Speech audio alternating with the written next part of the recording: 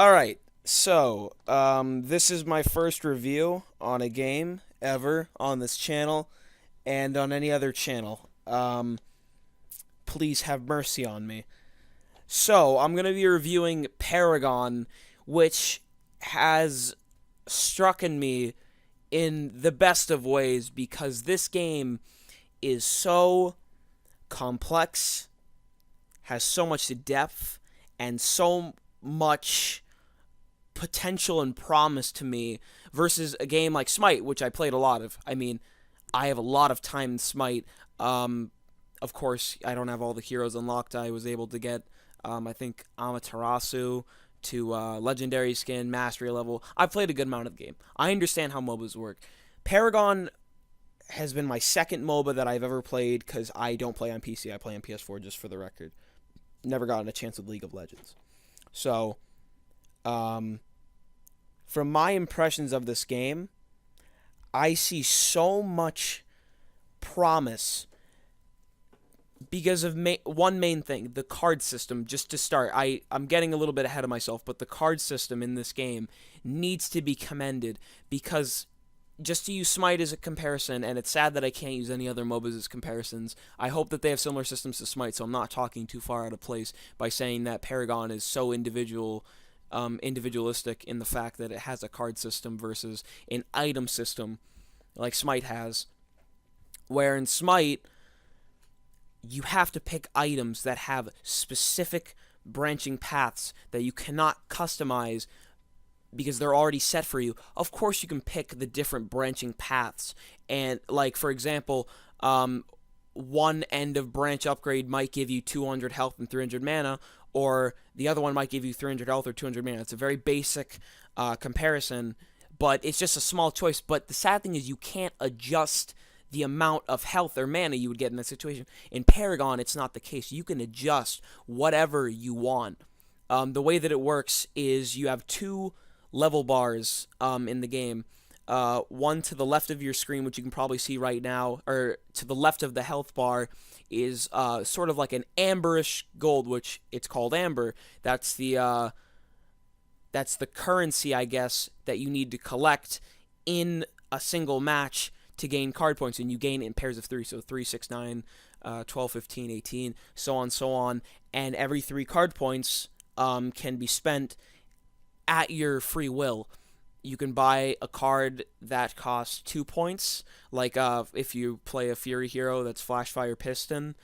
Great card if you're a fighter, because it's cheap, and it gets you points to start off. Strike tokens, which I was lucky enough to grab out of a card pack the other day, which give you that little bump of damage when you start the game. It only costs 1 point. Great starter cards. You can really just customize from start to finish your play style in a deep strategic fashion that I didn't see in Smite. In Smite, I saw, okay, I'm going to get this to increase my movement speed. I'm going to get this to increase my attack speed. I'm going to get this to do that, this to do that. There wasn't a lot of variation. I would accidentally pick them out of order. But most of the time, it was the same, because the characters were very linear in the way that they were built. They weren't very diverse. In this game, take Steel. Steel's a great example. You can play him as a fighter or a tank, because his moveset allows for it. It's very diverse. He has his shield wall, which will block any basic projectiles. Please, rookie reminder, doesn't block Murdoch's ultimate. Just so you know, if you're new to the game, don't think that'll save you. He has, I'm forgetting the name of it. It's a move that blocks 25 physical damage and energy damage from you, and you can use it to protect allies. You get 15% slower movement speed, so that's to help protect allies. And then sort of the thing that could make him a fighter potentially versus a tank, which is his charge ability, which charges him 1,250 units forward and knocks enemies back. And then his ultimate, Shield Dive, which does an AoE, stuns the enemy. He's a very diverse character, and that's the idea. So you have the freedom to build the characters how you want. Because in Smite, like I already said, you have to kind of build the heroes, though there's a lot more than in Paragon. You have to build the heroes specifically to what the heroes do. I cannot build Amaterasu like a tank if she's a fighter. It doesn't work as well because she relies on her attack speed and movement speed far more than her health and damage. In Paragon, if I want to, I can build steel completely loaded with damage, does insane damage, and it might not work for some people. It could work for me. It's about building your playstyle in a more personal experience in the MOBA that I haven't seen even in gameplay of League of Legends. I find that heroes in MOBAs in general aren't very unique to players because like imagine if you fought your hero that you picked on the enemy team. It's not a very diverse experience. You're literally fighting yourself. Now you add in the card system. Say that you fought steel versus steel. One might build himself like a tank with armor and health. The other one might build himself with damage and kinetic speed, which is just, for those of you who don't know, your basic attack speed, so you can attack faster without having to waste your energy on abilities. And you can see how it affects gameplay. You won't see people always playing the same way.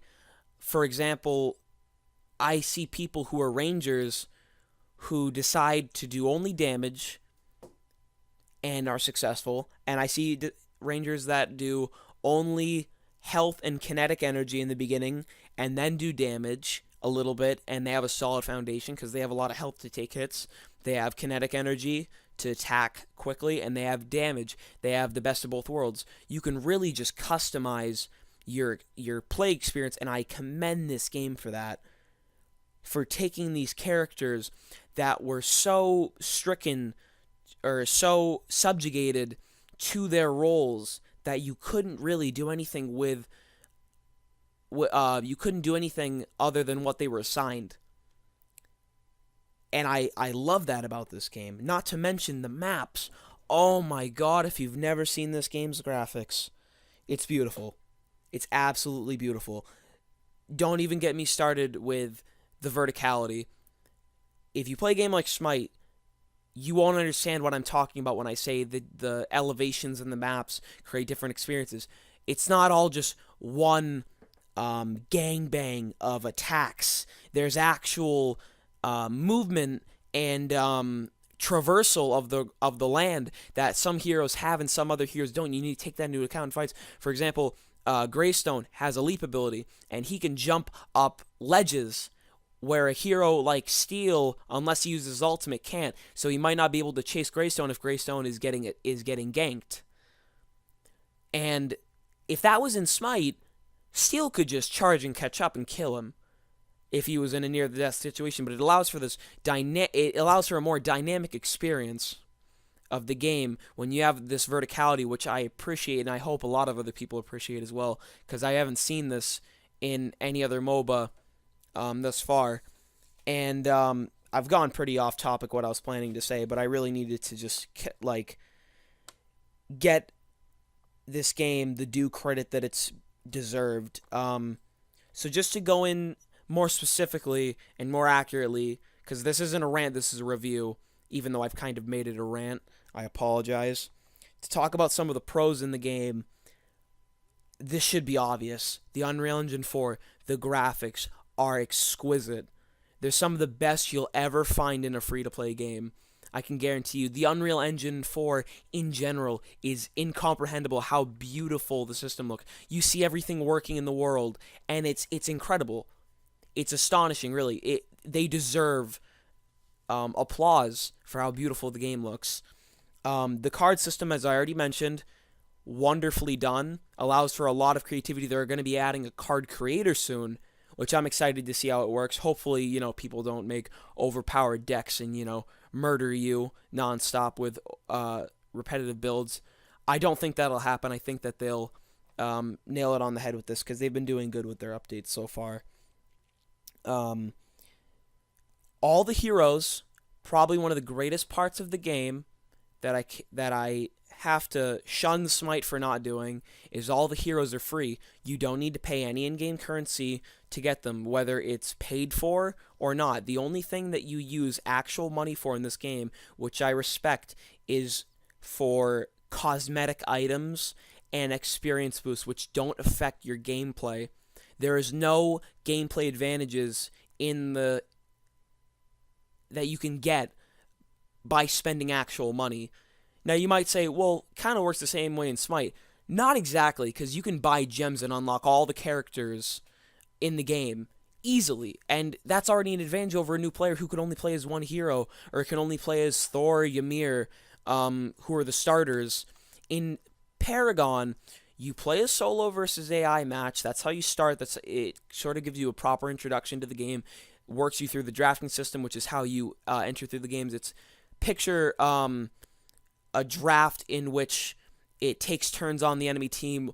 One person on one team picks a hero, then two on the other team, then two on the original team, then two on the other team, and so on and so forth until all the heroes are selected. So it's sort of, you build your team as you see the others forming, so you can sort of go, oh, they picked a tank, we don't have a tank, I'll pick the tank role. Which can be frustrating sometimes because people will perfectly counter your team.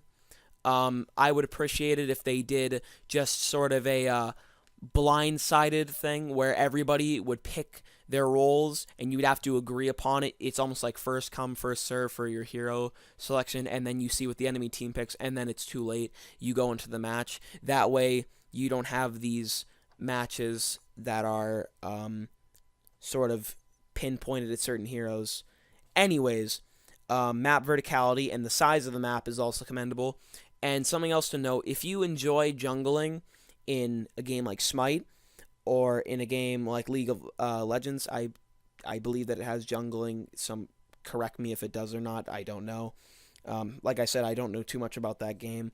But there's these things called shadow pools in the jungle, and when you stand in them, you're invisible, and unless an enemy walks through it while you're in it, they don't know you're in it. Allows for ganks and good sneak attacks and even escapes. Some people might figure that they don't see you running that way even though you're standing in the invisible pool, and they'll leave. Buff called the Orb Prime, which is essentially a game changer. If you know when to use it properly, you can repair your towers if they're at your core. You can use it to gain insane amounts of damage and health over your enemy for about 3 minutes of a window if you decide to go that route. So the jungle is much more expansive than a game like Smite. Sorry, I can't really compare it to any other MOBA. But enough, I'll admit I've been praising this game a little bit too much, so there obviously are some cons to this game. No game is without some negative, I guess you'd say. So one issue that I have is the card system is so vital, the card system is so important in this game to your success. Why do they make it so your card selections are random? You have to pay 10,000 reputation, which is an in-game earned currency. You can't buy it with real money. They have coins, which are for cosmetics and experience boosts, and then they have reputation, which is for card packs and mastery challenges for the heroes, which I'll get into in a minute. And I find this so dumb that they would make it random card packs, because there's a card, for example, Spiked Boneplate, I've been needing for the longest time for a Sevarog build, so I can build as a tank with damage, and I haven't been able to get it. So people that I'm fighting might have that card, and I already have a disadvantage in them because I don't even have the option to build my character that way. I need to go out of my way to get extra cards instead of getting that easy card that nails what I want in 3 points versus 6. Unbalanced heroes, I find to still be an issue in the game, which should be expected. A reminder, guys, this game is just becoming beta in August 16th, okay? It is not a complete game, and if you go into it expecting that, I'm sorry, but you're not going to find a complete game. It is constantly being filled with updates to be balanced. It is not a perfect game. For example, Rampage was a huge issue before patch 29.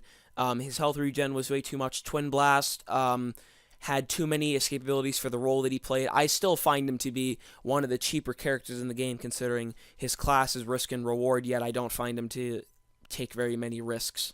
I mean, he has an escape ability. No other ranger has that. So I find that to be an advantage, making him overpowered. Anyways, So unbalanced heroes, you'll sometimes find heroes are unbalanced with certain builds, which should be expected when you give players freedom to create a hero in any way they please.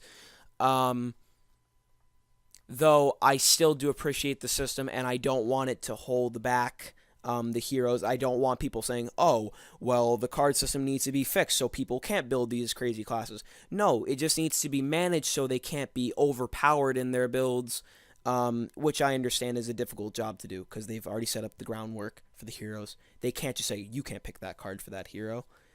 So they're doing their best to balance it, but just keep in mind, I find, this is my opinion, this is all my opinion on the game, I find that a good amount of the heroes like Twin Blast and Rampage, and Chimera especially, if you've ever fought Chimera as a ranger, you'll know what I'm talking about. He is the gank king. He will forcefully penetrate you with axes, so to speak. Not to get graphic, but he will decimate you if you're not careful. So if you see Chimera, either run away or try and kill it with fire. Also, I think he has schizophrenia because he sees beasts in the jungle. Small roster, I guess you could say, is an issue at the current moment. They're adding heroes every 3 weeks, so that will slowly become less of a problem over time. I find the roster to be quite fine considering the versatility in the actual heroes themselves with the card deck. So I don't find the roster to be an issue, but I could see why other people might find it to be an issue. Because though you can build them in any way with damage and so, their abilities limit them essentially to being completely different builds, I guess. Anyways, so those are most of the cons that I have with the game. A few other things to add on that are just interesting is the user interface in this game. Very pleasant to look at, very easy to understand. Has a lot of community-driven posts within the game. To give an example, they did a community video showcase on the main page, which was very interesting. They had a couple of cool compilations. There was one guy who played as Richter who got a couple of epic shots with his chain and decimated people. It was like 5 minutes, and I was impressed.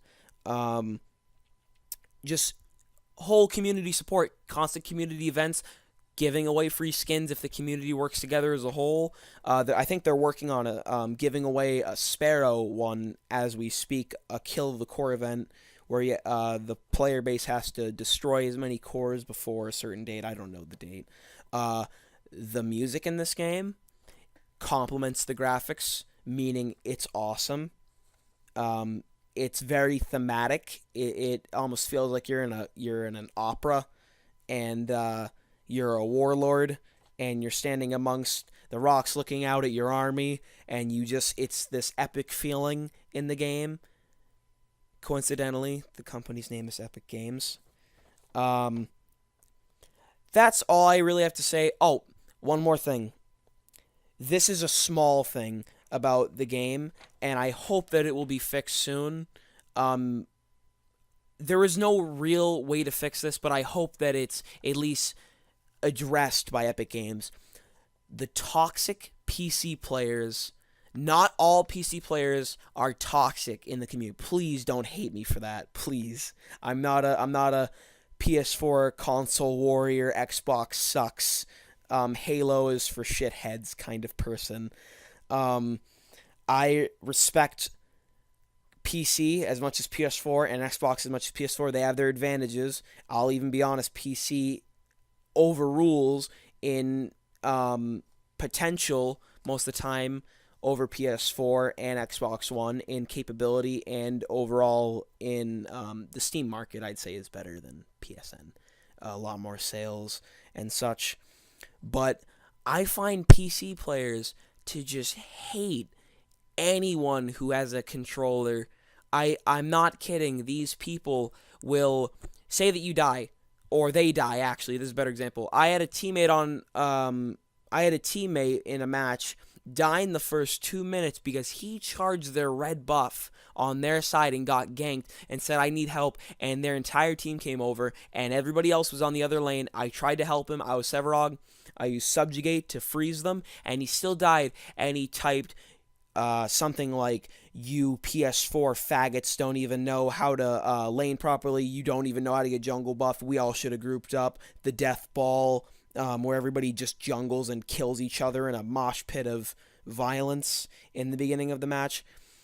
I just find it to be irritating when I can't speak for myself because I have a controller, when there's people saying, you suck ass at this game, you don't even know, what are you doing as Severog, dude, you should have protected me, dude, everybody just listen to me, don't listen to, my username's Epic Bunny, don't make fun of me, Epic Bunny, he's a fag and no one likes him and he sucks dick on the weekends for a living. No, like, that's not, I don't find that acceptable, and I don't even want it to be so that we can type to say that stuff back, but I feel like we should be able to at least have voice communication, because honestly, if you're playing a game like this that requires precious time, and you're sitting at base, calling everybody shitheads and doing nothing, while you're doing nothing and typing aggressively, while you're like sweating and getting tense, and just hating everything, and just like on the verge of exploding like a aluminum teapot made of like C4, I don't know, but like just boiling blood angry, just, you fucking shithead, you don't know how to fucking play this game, I'm gonna go back to League of Legends. Like, I have to hate that part of the PC community that just wants me to die and wants me to leave this game, because everybody on PS4 apparently sucks, which is funny because you'll see a lot of PC people who will bomb in matches and will pale in comparison to PS4 players. Not saying that all of them are bad, trust me, there's a lot of PC players that can beat me, but I can also beat a lot of PC players. That is not part of the review, though. I would not count a small community issue like that in part of this review. I think that's unfair. A kid called me a douche fart online. I'm giving it a 7. No, this game, I would say in its current state, is a solid 8 out of 10. It's got its card system, which is phenomenal. It allows for diversity in the characters. I've already mentioned that. Its gameplay is really fun. And for those of you, I'll also add in, because I'm sure you might want my opinion on this, the travel mode system, or auto sprint now it's called, my bad, auto sprint. What are my opinions on that? I like it, personally, even though I cry when I see an enemy team coming at me and I have to wait 5 seconds until I can jog versus walk, and I get murdered because of it. I feel like it almost separates the game, at least for the meantime, even further from other games, because it's like, oh, now you have this mode where you can move really fast, and it's really difficult to properly counter a gank, and it requires more team communication, like in Smite, where people just like constantly run at like ninja speed, and you can't catch up to them if you didn't focus on your movement speed because you're an idiot. I like the fact that everybody kind of has the same movement speed unless you're in travel mode. It's kind of horrifying to see a giant aquatic gorilla chase you in the jungle as he pulls out a rock and prepares to shove it up your ass because you went to the wrong side of the jungle. But I like the auto sprint system, just so everybody knows. I'm a fan of it. And yes, they are going to try and find a way to take it out and make it so there's a better way of moving around the map, traversing around the map, that isn't confusing and that isn't that's enjoyable and is more satisfying than auto sprint. Auto sprint is a temporary measure, okay? Everybody knew that's coming to this game on August 16th. If you don't like it, I don't know why I guess they haven't found a way to fix it yet. I'm sorry that you'll have to adapt to it like the rest of us. It's kind of unfortunate that they couldn't get it fixed in time for you. Anyways, 8 out of 10 is my final verdict. Of course, this should be expected. It's still in soon-to-be beta. I'll call it alpha right now, early access. It has its decent amount of bugs. If you want to see some of the funny ones, go to Alit Paragon. That's AYLIT space Paragon. And it's quite funny. you don't know good humor until you've seen the Grim Reaper fly out of the map and die horribly in a waterfall. It's hilarious. I love that channel. Anyways, I guess that's where I'll end the review. I'll probably put up some more videos on this game. I haven't yet, and I anticipate to, but I've been waiting for the right opportunity. I just figured this was the right time. It's going to be the beta coming out soon. I just figured, let me get my opinion out so people can anticipate this game. And also, it's going to be free. So even if you're edgy on it, just download it. It's not going to kill you. I'm not sure you have an issue against that anyways, but it's free. Why would you resist something when it's free? Free heroes unlocked by leveling, which is super easy. Oh god, 2 matches and I've unlocked everybody. This sucks. I don't know anybody who would say that. You know what sucks? Playing 10 to 15 hours to unlock a hero in Smite. That sucks. And then hating them. That's even worse. But yeah, I guess I'm done with my rant/review. Comment, like, and yeah. Sorry, PC.